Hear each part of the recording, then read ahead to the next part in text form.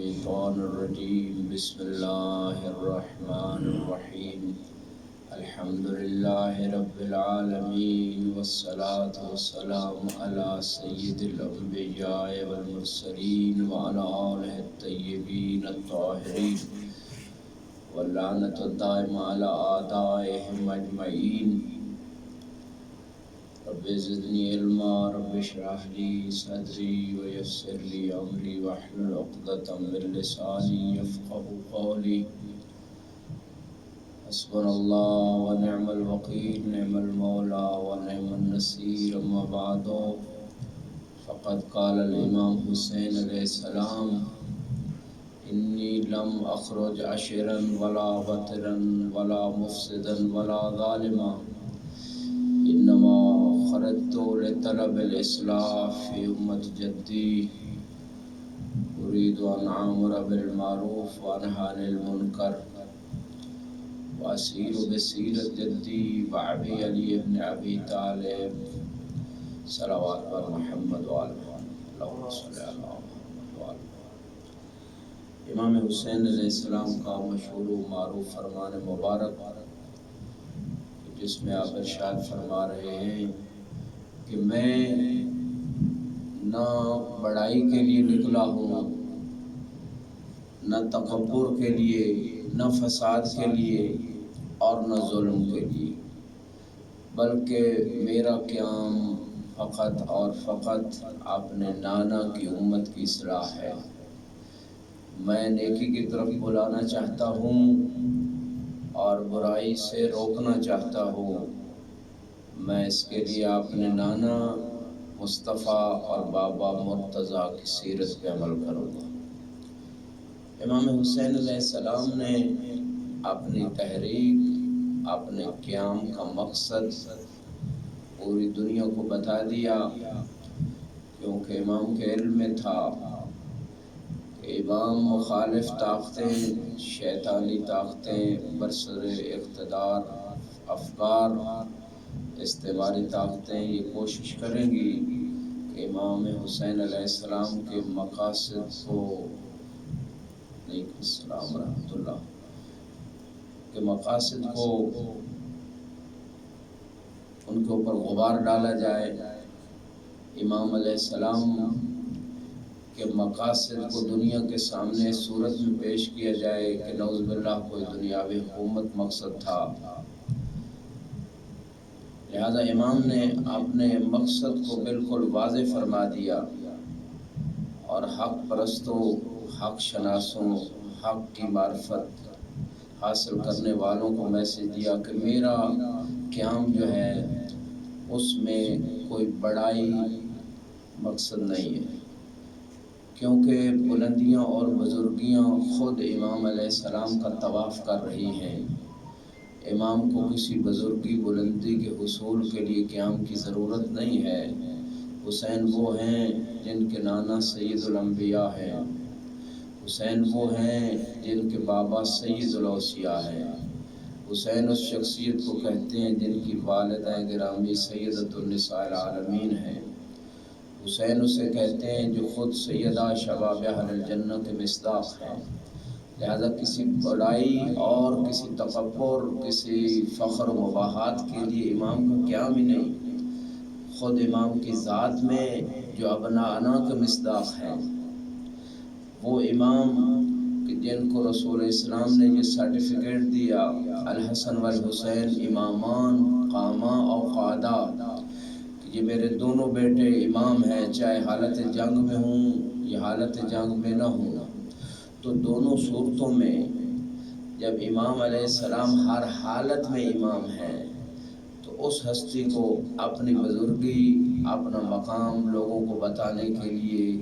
کسی قیام اور تحریک کی ضرورت نہیں۔ یہ امام نے بالکل کلیئر کر دیا تاکہ لوگوں کے ذہنوں میں یہ نہ آئے کہ ظاہری حکومت کے لیے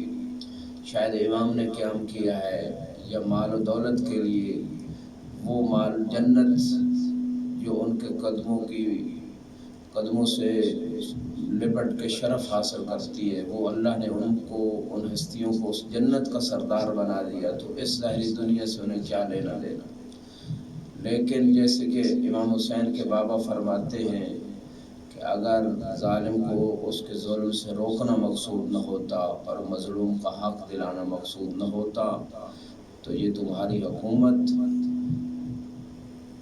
بکری کی اس بعض روایات میں اس چھینک اور بعض روایت میں اس کے فضلہ سے زیادہ یا ٹوٹی ہوئی جوتی سے زیادہ ویلیو نہیں رکھتی۔ لہذا ان ہستیوں نے اگر قیام حکومت کو وسیلہ بھی بنایا قیام میں تو مقصد فقط یہی تھا کہ ظالم کی کو ظلم سے روکا جائے اور مظلوم کی مدد ہو اور دین حق پہ عمل ہو۔ امام حسین علیہ السلام نے واضح کر دیا کہ میرا مقصد فساد بھی نہیں ہے، کیونکہ قرآن مبارک میں اللہ نے ارشاد فرمایا تلک الدار الآخرۃ للذین لا یریدون علوا فی الارض ولا فسادا، کہ وہ آخرت کا گھر ان لوگوں کے لیے ہے جو زمین میں نہ بلندی چاہتے ہیں نہ فساد چاہتے ہیں۔ تو امام چونکہ قرآن کے وارث ہیں، قرآن سے اتنا رشتہ مضبوط ہے کہ نیزے پہ سر چڑھ کے بھی قرآن کی تلاوت کو نہیں چھوڑا، اور انی تارک فیکم الثقلین کتاب اللہ و عطرت اہل بیتی ما ان تمسکتم بہما لن تضلوا من بعدی ابدا ولن یفترقا حتی یردا علی الحوض کے مصداق امام، جو قرآن سے جدا نہیں ہے لیکن قرآن کے وہ مفاہیم امام کے سامنے ہیں کہ فساد کے لیے امام نہیں نکلے ہیں۔ بہت سارے لوگوں کا قیام، ان کی تحریکیں، ان کی حرکتیں، ان کے انقلابات جو ہوتے ہیں ممکن ہے فساد کے لیے ہوں، جیسے کہ مختلف ازمنوں میں مختلف ادوار میں رسول اسلام کے خلاف قیام کیے گئے، مولا علی کے خلاف کیے گئے، بہت سارے ادوار میں، تو یہ فساد و فتنہ و ظلم کے لیے قیام تھے۔ امام نے بتایا میرا مقصد فساد اور ظلم بھی نہیں ہے۔ پھر انما کے ذریعے حصر قائم کر دیا، انما خرجت لطلب الاصلاح فی امت جدی، میرے نانا کی امت کو اصلاح کی ضرورت ہے، کیونکہ یہ ہستیاں دین کی حفاظت کے لیے ان کو اللہ نے امام بنایا، امامت کا عہدہ ہی دین کی حفاظت کے لیے ہوتا ہے۔ لہٰذا امام علیہ السلام نے بتایا نانا کی امت کو چونکہ اصلاح کی ضرورت ہے، اور حسین سے بڑھ کر اس زمانے میں مصلح کوئی نہیں تھا۔ قرآن کے وارث، دین کے وارث ہیں، انبیاء کے وارث ہیں، نانا کے علم کے وارث ہیں، نانا کی عفت و تقوی و طہارت و عظمت و ہر کمال کے وارث ہیں حسین۔ لہٰذا حسین کو جتنا درد تھا کسی اور کو اس دین کا اتنا درد نہیں تھا، اس لیے حسین علیہ السلام نے یہ بیڑا اٹھایا کہ اپنے نانا کی امت کی اصلاح کی جائے۔ اب سوال یہ پیدا ہوتا ہے کہ امت کے اندر فساد کیا تھا؟ اگر ہم تاریخ کو دیکھیں، واقعات کو دیکھیں، تو سب سے بڑا فساد جو اس زمانے میں بھی تھا اور آج تک ہے وہ ہے شرک، کیونکہ 7 ارب سے زیادہ آبادی میں اکثر لوگ مشرک و کافر ہیں،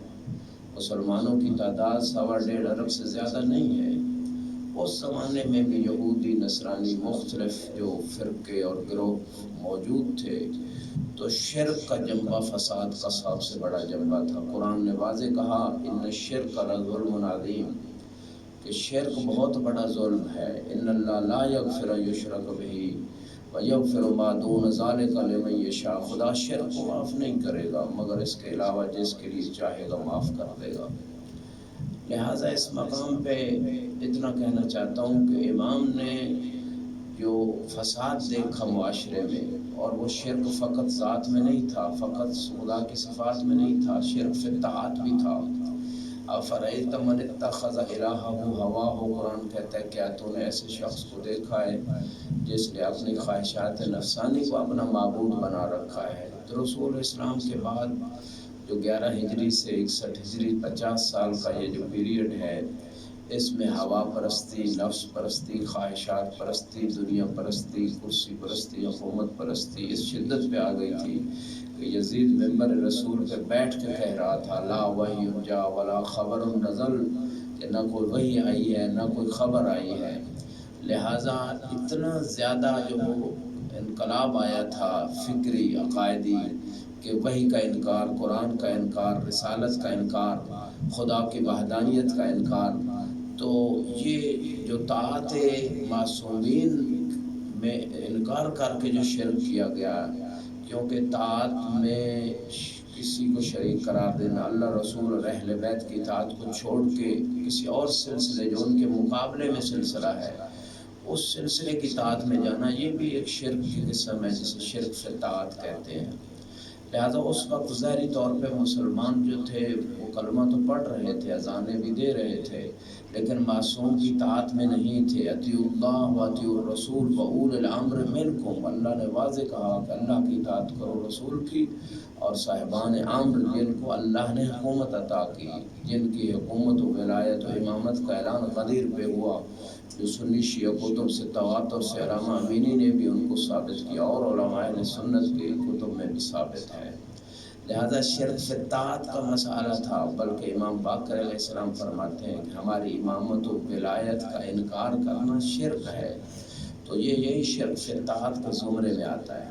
لہذا اس وقت کا سب سے بڑا فساد جو تھا وہ شرک کا تھا، چاہے شرک فی ذات تھا، چاہے شرک فی صفات تھا، چاہے شرک فی اطاعت تھا۔ بلکہ اگر مختصر کہوں کہ یہ جنگ تھی، غدیر سے جنگ تھی، جو رسول اسلام نے یا ایھا رسول بلغ ما انزل الیک من ربک کا پیغام، اللہ کے حکم سے ولایت اہل بیت 12 ائمہ کی امامت کا اعلان غدیر پہ کیا تھا، اس کا انکار مسلسل ہو رہا تھا، اور انکار اس حد تک پہنچ گیا تھا کہ قتل اہل بیت پہ جا کے اختتام ہوتا ہے۔ اس انکار کی شدت کی انتہا ہوتی ہے قتل امام حسین پہ جا کے۔ تو یہ وہ غدیر کے فلسفے کا انکار تھا، وہ رسالت کے اس پہلو کا انکار تھا، اللہ کے حکم کا انکار تھا۔ وما آتاکم الرسول فخذوہ وما نہاکم عنہ فانتہوا، قرآن کہہ رہے جو رسول دے وہ لے لو، جس سے روکے رک جاؤ۔ لہذا لوگ رکے نہیں جس سے رسول نے روکا کہ میرے اہل بیت کی اہانت نہ کرنا، میرے اہل بیت سے تمسک رکھنا، اہل بیت کو دیا، لوگوں نے نہیں لیا۔ لہذا اس مقام پہ جو کربلا برپا ہوئی یا کربلا سے پہلے کی جنگیں ہوئی، اس میں جو بنیادی اساسی چیز تھی وہ تھی 12 ائمہ کی امامت و ولایت کا انکار، اور وہ لازمہ ہے کہ قرآن کا انکار اس سے لازم آتا ہے، کیونکہ قرآن نے کہا یوم ندعو کل اناس بامامہم، کہ ہم ہر شخص کو روز قیامت امام کے ساتھ اٹھائیں گے۔ اور سنی شیعہ کی متفق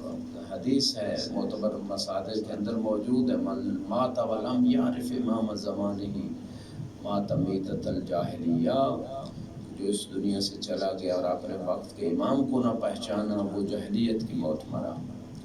لہٰذا اس مقام پہ اتنا کہنا چاہتا ہوں، یہ کربلا اصل میں امامت و ولایت کے دفاع کے لیے تھی۔ جیسے جناب سیدہ فاطمہ سلام اللہ علیہا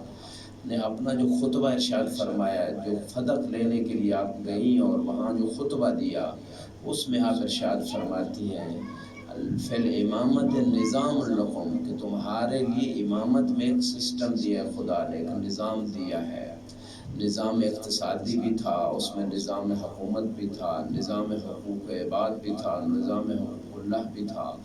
لہذا وہ تمام نظام جو تھا وہ امامت کے اندر تھا۔ بلکہ سیدہ کا ایک فرمان ہے کہ اگر رسول کے بعد ہمارے ایک کے بعد دوسرے کو حق حکومت دے دیا جاتا تو دنیا میں ایک بھی مشرک نہ ہوتا۔ تو بی بی کے اس فرمان سے میں اپنی تمام بات کو جو میں نے ابھی تک کی ہے اس کی تائید میں یہ جملہ کہنا چاہتا ہوں کہ اصل جو امام کا قیام تھا، امام کی جو تحریک تھی، وہ شرک کے خلاف تھی، جو فساد، بہت بڑا فساد آ چکا تھا معاشرے میں، اور شرک کے سورسز پیدا ہو رہے تھے، یعنی لوگ اس ظاہری اسلام سے متاثر نہیں ہو رہے تھے، کیونکہ اسلام جو اصلی اسلام ہے، جو غدیری اسلام ہے، وہ کردار کے زور پہ پھیلا تھا اور پھیل رہا ہے آج تک۔ انبیاء اور ائمہ کی سیرت کے ذریعے اصلی اسلام پھیلا ہے۔ لہذا جو اصلی اسلام ہے وہ کردار کے زور پہ پھیلا ہے، اور جو نقلی اسلام ہے وہ تلوار کے زور پہ پھیلا ہے۔ لہذا یہ جو ایک کنسیپٹ دیا جاتا ہے کہ یہ اسلام تلوار کے زور پہ پھیلا ہے، یہ وہ اسلام ہے جو اصلی اسلام سے جس نے ٹکر لی ہے، اور جو کردار کے زور پہ پھیلا ہے وہ اصلی اسلام ہے جو محمد و آل محمد کے ذریعے سے آج تک جس کا سلسلہ جاری ہے۔ لہذا اصل مسئلہ جو فساد، بہت بڑا فساد تھا معاشرے میں آ گیا، وہ شرک کا مسئلہ تھا۔ امام حسین علیہ السلام توحید کی طرف لوگوں کو لانا چاہتے تھے، زندگی کے تمام مراحل میں، نہ صرف زبانوں پہ لا الہ الا اللہ ہو، بلکہ انسان اگر بازار میں ہے تب بھی خدا کو خالق و رازق مان رہا ہے اور غش نہیں کر رہا، ملاوٹ نہیں کر رہا، کسی کو دھوکہ نہیں دے رہا، ناجائز قتل و غارت نہیں کر رہا، کسی کے حقوق کو پامال نہیں کر رہا، تو یہ ساری جو 24 گھنٹے کی زندگی ہے سود کے کاروبار میں ملوث نہیں ہے، شیطان کی پیروی میں نہیں ہے۔ لہٰذا امام علیہ السلام یہ چاہ رہے تھے کہ وہ جو نظام امامت ہے، وہ جو خدا نے امت اور انسانیت کی اصلاح کے لیے نظام دیا، اس کی طرف آ جاؤ اور شیطانوں اور شیطانی ٹولے کی پیروکاری سے نکل آؤ۔ یہ تھا شرک جو اس وقت کا اور آج تک کے دور کا جو اکثر لوگوں کا مسئلہ ہے کہ زندگی میں توحید والا جنبہ جو جامع انسان کی تمام پہلو حیات پہ حاوی ہو، تمام پہلو حیات میں خدا سامنے ہو، خدا کے احکام سامنے ہو، دین کے احکام سامنے ہو، اس سربلندی کے لیے جو امام نے قربانی دی، اس وقت کے فساد کے خلاف جتنی قربانیاں تھیں، جنبہ توحید کو بلند کرنے کے لیے، شرک کے خلاف جہاد کے لیے، اور اسی طرح اور جو مفاسد میں نے عرض کیا، نبوت کا انکار ہو رہا تھا، اور جیسے کہ امام زین العابدین علیہ السلام سے کسی نے کہا کہ فتح کس کی ہوئی، تو امام نے کہا کہ اذان دیکھ لینا، جب اذان کا وقت ہو، اذان آئے تو دیکھنا محمد رسول اللہ باقی ہے، اشہد ان لا الہ الا اللہ باقی ہے، کیونکہ یزید اس چیز کو ختم کرنا چاہ رہا تھا۔ تو آج جو اذانیں باقی ہیں، نمازیں باقی ہیں، پردہ باقی ہے، حیا باقی ہے، جو بھی دین کی اقدار باقی ہے، وہ سب امام حسین علیہ السلام کی قربانی کے نتیجے میں ہے۔ اور جس بات کی طرف امام نے مدینے میں ہی جب امام سے بیعت طلب کی گئی، ورنہ سر جدا کرنے کا حکم یزید کی طرف سے آیا تھا۔ جو لوگ یزید کے دفاع میں آج بول رہے ہیں، ان سے کوئی سوال کرے کون اپنے نانا کا وطن چھوڑ کے جاتا اور بہنوں بیٹیوں بچوں کو ساتھ لے کے اتنے لمبے عرصے کے لیے مکے چلا جاتا ہے، اور رات کے وقت جب امام تشریف لے گئے تو اس کا معنی یہ ہے کہ امام سے زبردستی بیعت کا مطالبہ کیا جا رہا تھا۔ اور امام کے تاریخی جملے ہیں، مثلی لا یبایع مثلا، مجھ جیسا یزید جیسے کی بیعت نہیں کر سکتا، کیوں بیعت کا معنی ہوتا ہے کہ اپنی دین و دنیا اس شخص کے سپرد کر دینا جس کی آپ بیعت کر رہے ہیں، اور دین و دنیا کے وارث و حاکم و آقا و سردار اللہ و رسول کے حکم سے اس وقت امام حسین ہے۔ لہٰذا امام حسین کبھی بھی ایسے شخص کی بیعت نہیں کر سکتے۔ اور امام نے جو مدینہ چھوڑا تو اس میں یہ بالکل واضح پیغام دے دیا، اور مدینے والوں نے ساتھ نہیں دیا امام کا اس مشن میں، اس مقصد میں، اور اس فاسق فاجر بے دین انسان یزید کی بیعت کر لی۔ تو جو جس بات کی خبر امام نے دی تھی کہ یہ فاسق ہے، فاجر ہے اور دین کو بدل رہا ہے، وہی ہوا کہ کربلا کے بعد مدینے میں ایک کربلا برپا ہوئی، اور مدینے میں کتنے صحابہ مارے گئے، عورتوں کے ساتھ کیا ہوا، مدینے کی مسجد میں علیہ السلام ورحمۃ اللہ گھوڑے باندھے گئے، اور کئی دن تک آذان نہ ہوئی۔ یزید کے حکم سے، اہل سنت کی تاریخ کی کتب میں یزید کے حکم سے مدینہ کو کی تمام حرمت کو پامال کر دیا گیا۔ یہ ہوتا ہے فرق وارث دین میں اور جو وارث دین نہیں ہوتا۔ وارث دین تھا تو نانا کی قبر اور مدینے کی حرمت کو بچانے کے لیے خود مدینے سے باہر آ گئے تاکہ مدینے کی حرمت پامال نہ ہو جنگ کی صورت میں۔ لیکن یزید چونکہ اس کا دین پہ کچھ نہیں لگا تھا، اس سے دین سے کوئی تعلق نہیں تھا، اس نے اسی مدینے اور مدینے والوں کی حرمتوں کو پامال کیا۔ جب کعبہ کی حرمت بچانے کی بات آئی تو حسین نے احرام توڑ دیے، عمرے میں بدل کے اپنے احرام کو حسین نے کعبے کی حرمت کو بچا لیا، کیونکہ وارث کعبہ ہے حسین۔ اور یزید کا چونکہ کعبے سے کوئی تعلق نہیں تھا، اسی یزید نے کربلا کے بعد کعبے کو جلایا بھی، کعبے کو گرایا بھی۔ تو لہٰذا اتنے واضح مفاسد یزید، اتنے واضح دین کی خلاف ورزیاں کرنے کے باوجود آج بھی 1400 سال ریسرچ کے دور میں یزیدی ٹولہ یزید کے دفاع میں لگا ہوا، یزید کو رحم اللہ رضی اللہ کہنے پہ لگا ہوا ہے، اور یزید کے حق میں کتابیں لکھی جا رہی، یزید کے حق میں تقریریں کی جا رہی ہیں۔ تو اس سے کیا واضح ہوتا ہے؟ اس سے واضح فقط اتنا ہوتا ہے، اس سے حسین کو کوئی نقصان نہیں ہے، دین کو کوئی نقصان نہیں ہے۔ وہ اشخاص جو یزید کی حمایت میں کھڑے ہیں وہ اپنی گواہی پیش کر رہے ہیں روز قیامت، تاکہ جب انہیں جہنم میں یزید کے ساتھ ڈالا جائے گا تو اس وقت وہ یہ نہ خدا کی بارگاہ میں کہہ سکیں کہ ہم تو یزید کے ساتھ نہیں تھے، اس لیے ہم کہتے ہیں اپنے اہل سنت بھائیوں کو کہ آؤ حسین کی مجلس میں خود بھی مجالس برپا کرو، اور حسین کی مجلس جہاں ہو وہاں آؤ،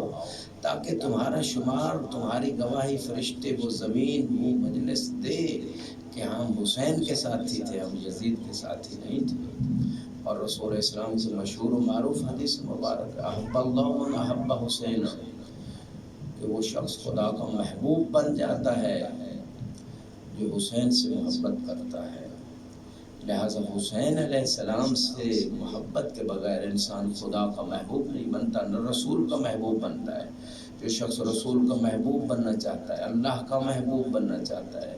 اسے حسین سے محبت کرنی ہوگی، اور یہ وہ فیصلہ ہے جو اللہ نے کر دیا ہے، ہر مومن کے دل میں ہے حسین کی محبت۔ اور رسول اسلام فرماتے ہیں ان للحسین حرارۃ فی قلوب المؤمنین لا تبرد ابدا، کہ مومنوں کے دلوں میں اللہ نے حسین کی محبت کی وہ گرمی رکھی ہے جو قیامت تک ٹھنڈی نہیں ہوگی۔ لہذا جو مومن ہے اس کے دل میں حسین کی محبت ہے، اور جو مومن نہیں ہے وہ کسی صورت میں حسین سے محبت نہیں کر سکتا۔ اس حسینیت کا تعلق انسانیت سے ہے۔ حسینیت جو ہے وہ شیعہ سنی کا مسئلہ نہیں ہے، جو بھی انسان ہے جس کے دل میں ایمان ہے اس کے دل میں حسین ہے، اسے حسین کے غم اور مصائب اس کے دل کے اندر ہیں، اور وہ اس کا اظہار کرتا ہے۔ جتنی محبت ہوتی ہے اتنا اظہار ہوتا ہے۔ انما خرجت لطلب الاصلاح فی امت جدی ارید ان آمر بالمعروف، امام نے طریقے بتا دیے کہ اصلاح امت کے لیے نیکی کے حکم کو نہ چھوڑنا، برائی سے روکنے کو نہ چھوڑنا، یہ دو وہ طریقے ہیں جس کا حکم قرآن نے بھی دیا ہے۔ اور امر بالمعروف و نہی عن المنکر، یہ وہ دو ذریعے ہیں جس کے اوپر دین کی تمام بنیادیں قائم ہیں۔ اصول دین بھی اسی پہ قائم ہیں، فروع دین بھی اسی پہ قائم ہے۔ جس قوم سے امر بالمعروف و نہی عن المنکر ختم ہو جاتا ہے، وہ ملت، وہ قوم، وہ معاشرہ دن بدن انحلال کی طرف چلا جاتا ہے، پستی و ذلت و گمراہی کی طرف بڑھتا ہے، جو کہ حسین مصباح الہدیٰ ہے، سفینۃ النجات ہے۔ لہٰذا کربلا سے درس لینا چاہیے، حسین علیہ السلام کی سیرت سے درس لینا چاہیے، حسین علیہ السلام کی معرفت سے درس لینا چاہیے۔ اپنی 24 گھنٹے کی زندگی کو حسین علیہ السلام کے مقصد اور ان کے عقیدے اور ان کی سیرت کے مطابق گزارنا ہوگا۔ کربلا میں بوڑھوں کے لیے بھی درس ہے، جوانوں کے لیے بھی ہے، بچوں کے لیے بھی ہے، مستورات کے لیے بھی، ہر ایک کے لیے درس گاہ ہے کربلا۔ تو امر بالمعروف و نہی عن المنکر کے دو مرحلے ہیں، ایک زبان سے، اور زبان سے پہلے کردار اور سیرت سے۔ لہٰذا جو شخص حسینی ہے، کربلائی ہے، اس کی سیرت میں ہونا چاہیے کہ اس کی نماز قضا نہ ہو، اس کا روزہ نہ چھوٹے، حج و خمس ہو، زکوٰۃ کا پابند ہو، جہاں برائی دیکھے، جہاں بول سکتا ہے بولے، کم از کم دل میں اسے برا سمجھے اگر بول نہیں سکتا تو امام علیہ السلام کے اس مقصد میں شامل ہو جائے گا اگر امر بالمعروف و نہی عن المنکر کرتا رہے گا۔ ہاں اس کے مراحل ہیں، امر بالمعروف و نہی عن المنکر کو پہلے سب سے پہلے معلوم ہونا چاہیے کہ یہ معروف ہے، یہ منکر ہے، پھر اس کا زبان سے سیرت سب سے بڑا امر بالمعروف و نہی عن المنکر ہے، عملی زندگی ایسی گزارے جیسے حسین چاہتے ہیں۔ یہ امر بالمعروف و نہی عن المنکر کی بہترین مثال اور بہترین طریقہ ہے۔ اور اس کے بعد زبان سے امر بالمعروف و نہی عن المنکر، پھر ہاتھ سے آخری مرحلہ ہے۔ اگر حکومت فقہا کے یا امام علیہ السلام کے ہاتھ میں ہو یا فقیہ کی اجازت ہو تو پھر آخری مرحلہ بھی استعمال ہوتا ہے۔ اور امام نے ایک اور قیمتی بات آپ نے اس مقصد میں بیان فرمائی کہ میں اصلاح امت امر بالمعروف و نہی عن المنکر سے کروں گا، اور اس کے لیے دو کام کروں گا، اپنے نانا کی سیرت پہ بھی چلوں گا، اپنے بابا علی کی سیرت پہ بھی چلوں گا۔ بڑی قیمتی بات امام نے ارشاد فرمائی، کیونکہ بہت سارے ایسے دعوے داران، اصلاح کے دعوے داران ہر زمانے میں رہے ہیں اور رہیں گے، جو کہیں گے ہم تو رسول کے عاشق ہیں، ہم تو رسول کے پیروکار ہیں، ہم تو رسول کے حبدار ہیں، ہم تو رسول کی سیرت پہ چلنے والے ہیں۔ لیکن اسی رسول نے ارشاد فرمایا یا علی لولاک ما عرف المؤمنون بعدی، اے علی اگر آپ نہ ہوتے میرے بعد مومن کی پہچان ہی نہ ہوتی۔ لہٰذا رسول کی سیرت پہ چلنے کا دعوے دار جو ہے اس کی سیرت میں دیکھا جائے کہ علی کی سیرت پہ بھی چلتا ہے، چونکہ رسول کی سیرت پہ چلنے کے تو منافق بھی دعوے دار ہیں۔ سورہ منافقین کن لوگوں کے لیے آئیں گے؟ تو مومن تب دعویٰ کر سکتا ہے، کوئی بھی شخص تب دعویٰ کر سکتا ہے کہ وہ حسین کے مقصد پہ چل رہا ہے، حسین کے مقصد کو آگے بڑھا رہا ہے، جو سیرت رسول پہ بھی چل رہا ہو اور سیرت علی پہ بھی چل رہا ہو۔ سیرت علی کیا ہے؟ ہمیشہ منافقوں کے خلاف جہاد رہا ہے امام کا۔ منافقوں نے جب بھی سر اٹھایا ایمان کے خلاف، امیر المومنین کے خلاف، امام علیہ السلام نے جہاد کیا، اپنے خود زبان کے ذریعے بھی، خطبوں کے ذریعے جہاد باللسان بھی کیا، جہاد بالسیف بھی کیا۔ لہذا اصلاح کے لیے، چونکہ اصلاح غیر مسلموں کی اصلاح کی بھی ضرورت ہے، اور مسلمانوں کے اندر جو مختلف فرقے ہیں، علیکم السلام، جو مختلف فرقے ہیں، ان فرقوں میں منافقین کا ٹولہ بھی ہے، غوبداران اہل بیت کا ٹولہ بھی ہے، جو سنی شیعہ کی شکل میں موجود ہے۔ لہٰذا اصلاح کے لیے سیرت مصطفیٰ اور سیرت علی دونوں کو اپنانا ہوگا۔ جو سیرت مصطفیٰ پہ عمل کرنے کا دعوے دار ہو اور سیرت علی اس کی زندگی میں نظر نہ آئے تو سمجھو اس کے اصلاح کا دعویٰ جھوٹا ہے، یہ مصلح نہیں ہے،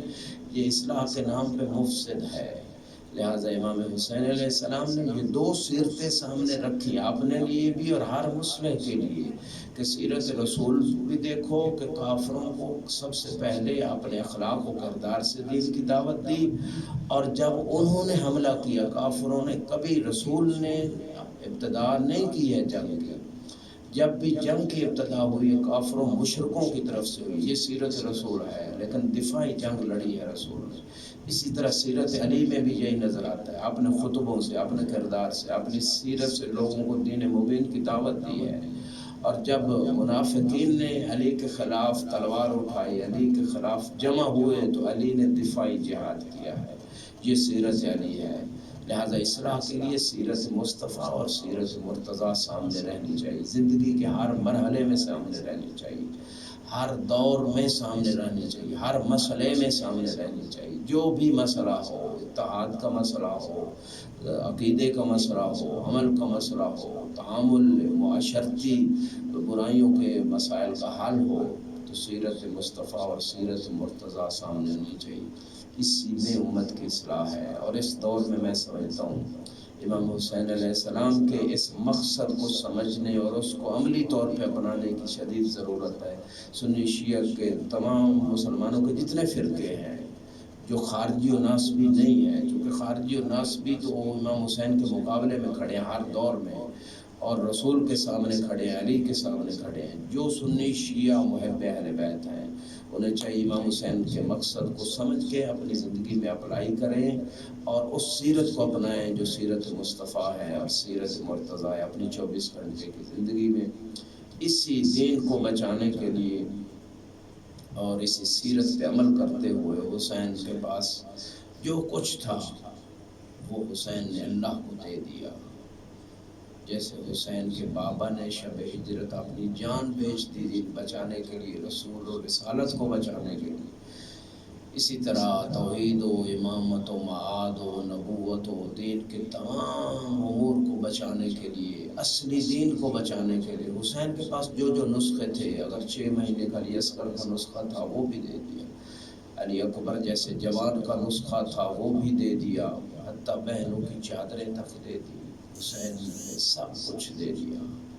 حسین نے اپنے بھائی کٹوا دیے، اپنے اصحاب کو قربان کر دیا، خود نیزے پہ سوار ہو گئے۔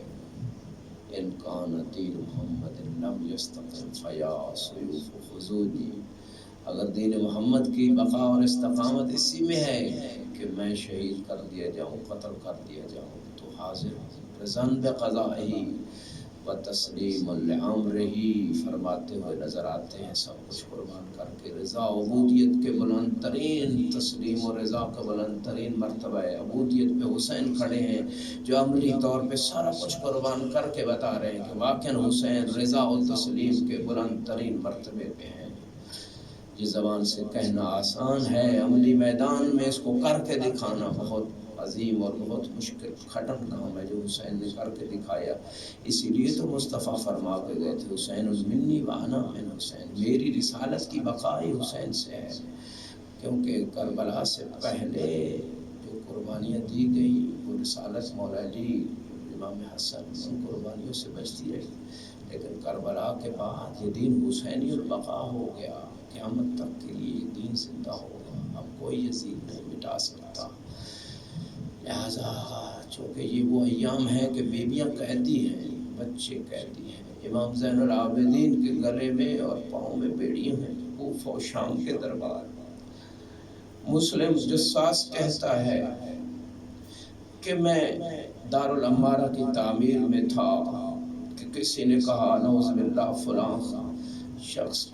میں وہ نام نہیں لینا چاہتا جو لفظ استعمال ہوا، میں نے پوچھا وہ کون ہے جس کا سر لایا جا رہا ہے؟ کہا حسین ابن علی ہے۔ میرا دل فوراً، یہ مسلم کہتا ہے، میں گھبرا گیا، میں نے ماتم کیا اپنے چہرے پہ، بعید نہیں تھا کہ میری آنکھ چلی جاتی۔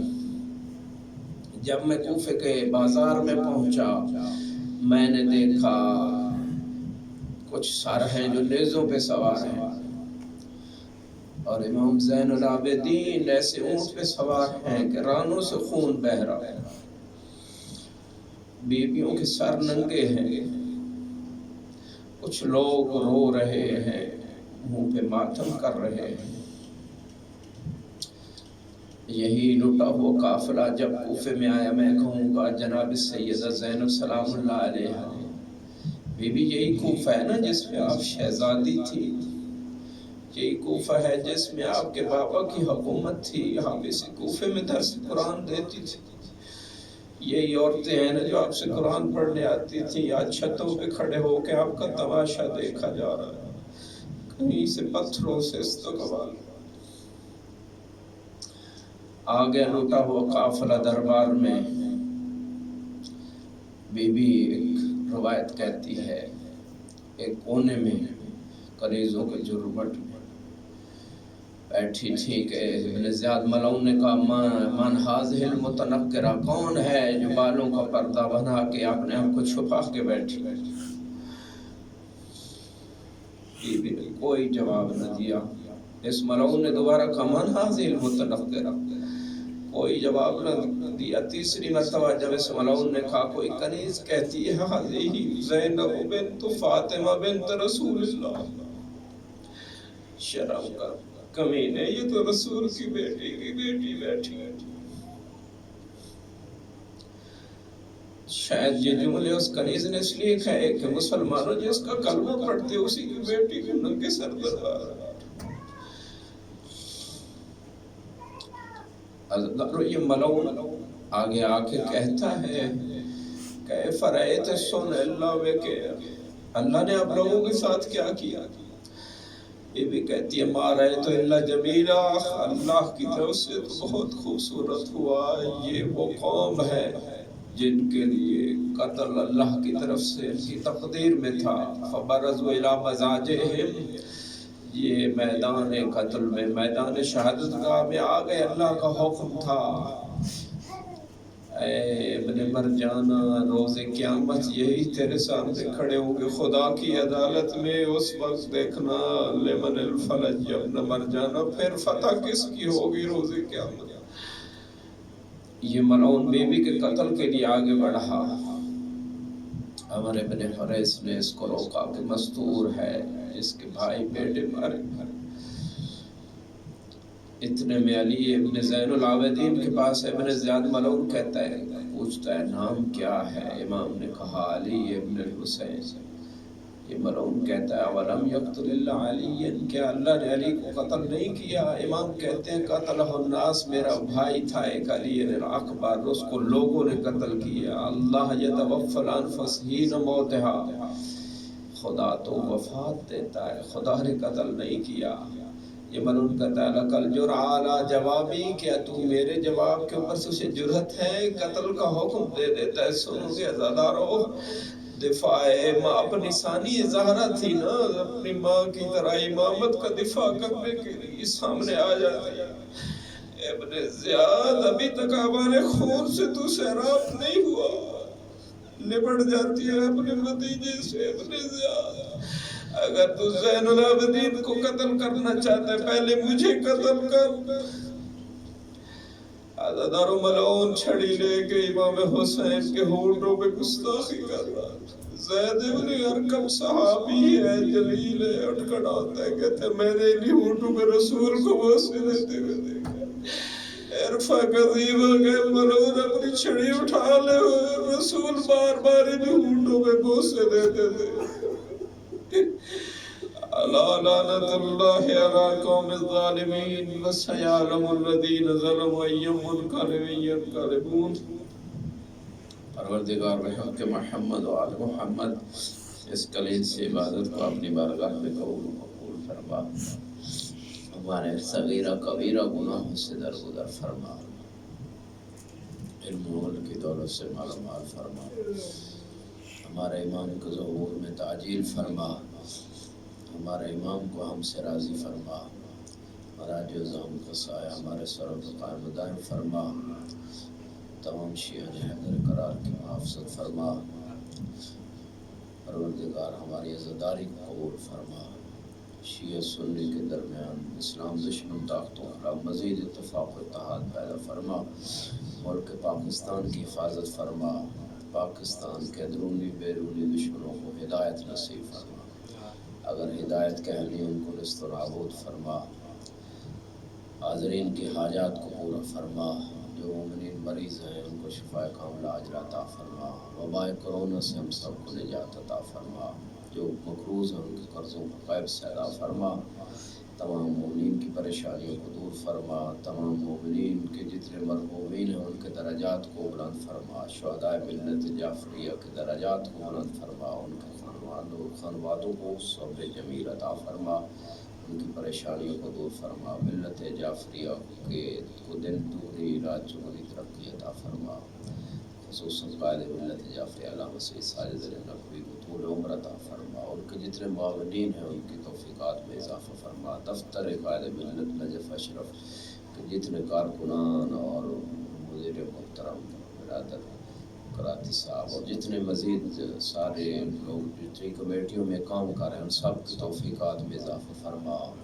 ان کے عمل کو قبول فرما، اس دفتر کے ذریعے سے دین مبین کی خدمت کی مزید زیادہ سے زیادہ توفیق عطا فرما۔